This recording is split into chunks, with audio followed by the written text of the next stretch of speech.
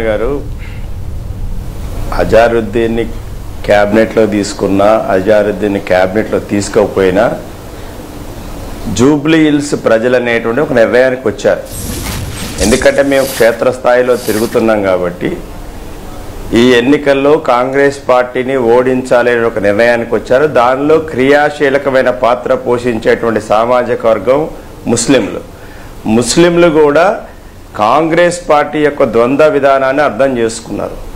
MIM party అనేటువంటిది గతంలో అనేక ఎన్నికల్లో వాళ్ళ క్యాండిడేట్ని పెట్టారు. కానీ ఈరోజు రేవంత్ రెడ్డి గారు అసదుద్దీన్ ఓవైసీ గారి యొక్క కుమ్మక్కుతోని ఎంఐఎం అనేటువంటిది క్యాండిడేట్ పెట్టలే. ముస్లిమ్స్ ఎవరిని అడిగినా వాళ్ళు అదే చెప్తున్నారు. ఇక్కడ వెళ్ళి మీ అన్ని ఏరియాల్లో తిరుగుతూనే ఉన్నాం. ఆటో కార్మికుడి నుంచి ప్రతి ఒక్కళ్ళు కూడా మేము కేసీఆర్ గారికి ఓటేస్తాం, కారు గుర్తు ఓటేస్తామని చెప్తున్నారు. మేము ఈరోజే ఒక ప్రొఫెసర్ దగ్గరికి వెళ్ళాం. ఆయన చెప్తున్నాడు ఈ నియోజకవర్గంలో ఫస్ట్ టైం అండి మా ఏరియాలో ముస్లిం మైనార్టీస్ ఇంత యునైట్ అయిపోయి మేము బీఆర్ఎస్కి ఓటేస్తామని చెప్పడం ఎందుకంటే నేను మా ఫాదర్ 3 జనరేషన్స్ ఇక్కడ మేము నివసిస్తున్నాం, ఫస్ట్ టైం నేను వింటున్నానండి అని చెప్పారు. ఎందుకు అంటే కాంగ్రెస్ పార్టీ అజారుద్దీన్ గారు గత ఎన్నికల్లో క్యాండిడేట్గా ఉన్నాడు కదా, మరి ఏం గెలవలేదు కదా, ఆయన కూడా మైనార్టీయే కదా. అజారుద్దీన్ గారు ఇప్పుడు ఏమి ఎమ్మెల్యే కాదు, ఎమ్మెల్సీ కాదు, ఒక ఫీలర్ వదిలి ఏమైందంటే వదిలితే ఎట్లుంటుంది అనేటువంటిది ఒక ఫీలర్. కాబట్టి అంతకుముందు వారు అమీర్ అలీ ఖాన్ గారికి పాపం ఆయనకు కూడా ఎమ్మెల్సీ చేశారు, ఆయనకు కూడా మినిస్ట్రీ ఆఫర్ చేశారు. పాపం ఆయన కూడా చాలామందికి చెప్పాడు, మాకు పాపం దావత్ ఇచ్చాడు చాలామందికి. కానీ ఎంఐఎం ఎప్పుడైతే ఎంటర్ అయిందో మొత్తం సీన్ రివర్స్ అయింది. సరే దురదృష్టవశాత్తు సుప్రీంకోర్టు వాళ్ళని కొట్టేసింది. కోదండరామ్ గారును వాళ్ళిద్దరూ డిస్క్వాలిఫై అయిపోయారు. అది కూడా వీళ్ళ అత్యుత్సాహమే. రేపు అజరుద్దీన్ గారిది కూడా అదే అవుతుంది వీళ్ళు ఏదైనా అలాంటి అత్యుత్సాహం చేస్తే. అందుకోసం ఇక్కడ ఉన్నటువంటి ఓటర్స్ ఆల్రెడీ 4 లక్షల మంది జూబ్లీ హిల్స్ ఓటర్సు డెఫినెట్గా రేపు 11వ తారీఖు 4 కోట్ల తెలంగాణ బిడ్డలకు ఒక దిశానిర్దేశం చేయబోతున్నారు. కాంగ్రెస్ పార్టీ ఇచ్చిన హామీల్ని ఈ 2 సంవత్సరాల్లో ఎంత మేరకు ఇంప్లిమెంట్ చేశారు, వారు ఇచ్చినటువంటి హామీల్ని ప్రజలకు చేర్చడంలో ఏ విధంగా విఫలమైనది మేం కాదు బీఆర్ఎస్ పార్టీగా క్షేత్రస్థాయిలో ప్రజలు చెప్తున్నారు. ప్రతి ఒక్కరు కూడా మాకు చెప్పిన మాటలు ఈరోజు ఇక్కడ ఈ కాలనీకి వస్తే 10 సంవత్సరాల కాలంలో మేము ఎప్పుడు కూడా వాటర్ ప్రాబ్లం అనేది మాకు లేదండి, కొత్తగా వాటర్ ప్రాబ్లం వచ్చిందని చెప్తూ ఉన్నారు.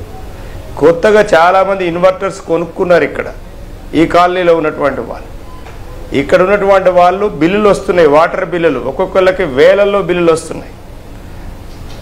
కరెంట్ ఇప్పుడు ఈ దోబి మన ఇస్త్రీ చేసుకునే వాళ్ళు బార్బర్ షాప్స్ వాళ్ళకు కూడా బిల్లులు వస్తున్నాయి. ఇవన్నీ మరి మా సోదరులు దయాకర్ గారికి మరి తెలుసా లేదా, ఎందుకంటే వారు కూడా రేపు ప్రచారంలో తిరుగుతారు కాబట్టి వాళ్ళకు కూడా తెలుస్తూ ఉంటుంది. కాబట్టి ఇవి అన్నీ కూడా ప్రజలకి అనుభవంలో ఉన్నాయి. ఈ అనుభవాలను దృష్టిలో పెట్టుకొని మేము కాంగ్రెస్ పార్టీకి ఓటు వేయము అని చాలామంది ఘంటాపదంగా చెప్తున్నారు. సరే దీనికి వారు ఏంటంటే ఎంఐఎంని ఒక అస్త్రంగా పెట్టుకున్నారు. ఎంఐఎంకి ఏదో ముస్లిమ్స్ అంతా మాట వింటున్నట్టు, ఇక ఎంఐఎం గుప్పిట్లోనే వీళ్ళంతా ఉన్నట్టు, ఎంఐఎం చెప్తేనే ముస్లిం సామాజిక వర్గం మొత్తం వింటున్నట్టు, ఓవైసీ సోదరులు చెప్తేనే ఇక ఈ రాష్ట్రంలో ముస్లిమ్స్ అంతా వారి వెనకాల పరిగెత్తినట్టు ఒక ఫీలింగ్తో చేశారు.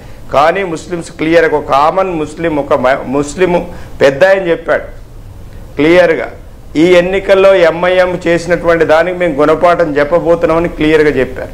అందుకోసం అజారుద్దీన్ మంత్రి కాకపోయినా కాంగ్రెస్ పార్టీకి ఒరిగేది లేదు. ఇప్పటికే వాళ్ళు చేయాల్సిన డ్యామేజ్ జరిగిపోయింది. ఎందుకంటే ఏ రాష్ట్రంలో కూడా ఇంతవరకు ఒక మెజారిటీ అంటే ఒక మైనార్టీ అనుకున్న ఒక సామాజిక వర్గం కీలకమైన సామాజిక వర్గానికి మంత్రివర్గంలో ప్రాతినిధ్యం లేకపోవడం అనేది first time in history.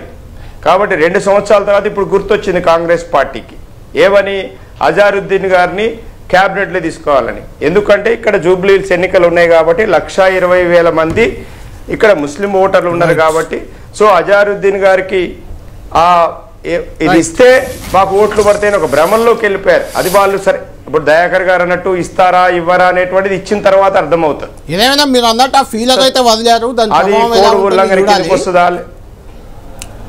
Right.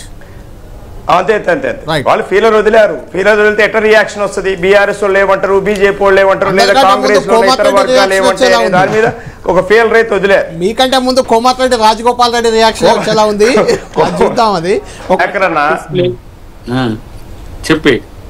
చెప్పండి మధు గారు, చెప్పండి.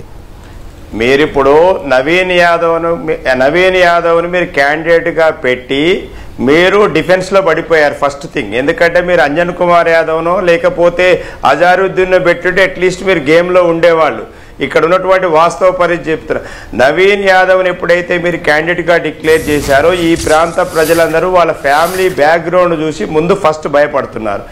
రెండు, మొన్నటికి మొన్న ఆయన మీద బైండ్ ఓవర్ కేసు పెట్టి ఆయన పోలీస్ స్టేషన్ పోవడంతో ఇంకా వైల్ ఆల్రెడీ ఉన్నదాన్ని ఇంకా మీరు ఏందని ఓపెన్ చేసి పడేసారు మీరు. రెండో అంశం. మూడో అంశం, మీరు ఎంత భయంలో ఉన్నారంటే 7 డివిజన్లకి 14 మంది మినిస్టర్లు మీరు అపాయింట్ చేసి పడేసారు. 14 మంది మంత్రులని ఇన్ఛార్జ్ లో పెట్టారు మీరు. అంటే మీరు నిజంగా గెలుస్తామని కాన్ఫిడెన్స్ ఉంటే 14 మంది క్యాబినెట్ మంత్రులు ఇక రావాల్సిన అవసరం లేదు. ఇద్దరు ఏంటంటే డబ్బులు ఎట్లా పెడుతున్నారు అంటే అక్కడ మీదంతా మొత్తం సంపాదించుకున్నది, ఇక్కడ వీళ్ళంటే మొత్తం సంపాదిస్తున్నది.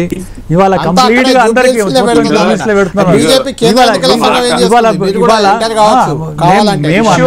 డబ్బుల విషయం పక్కా పెట్టండి. క్యాండిడేట్ గురించి మాట్లాడుతున్నా ఇవాళ.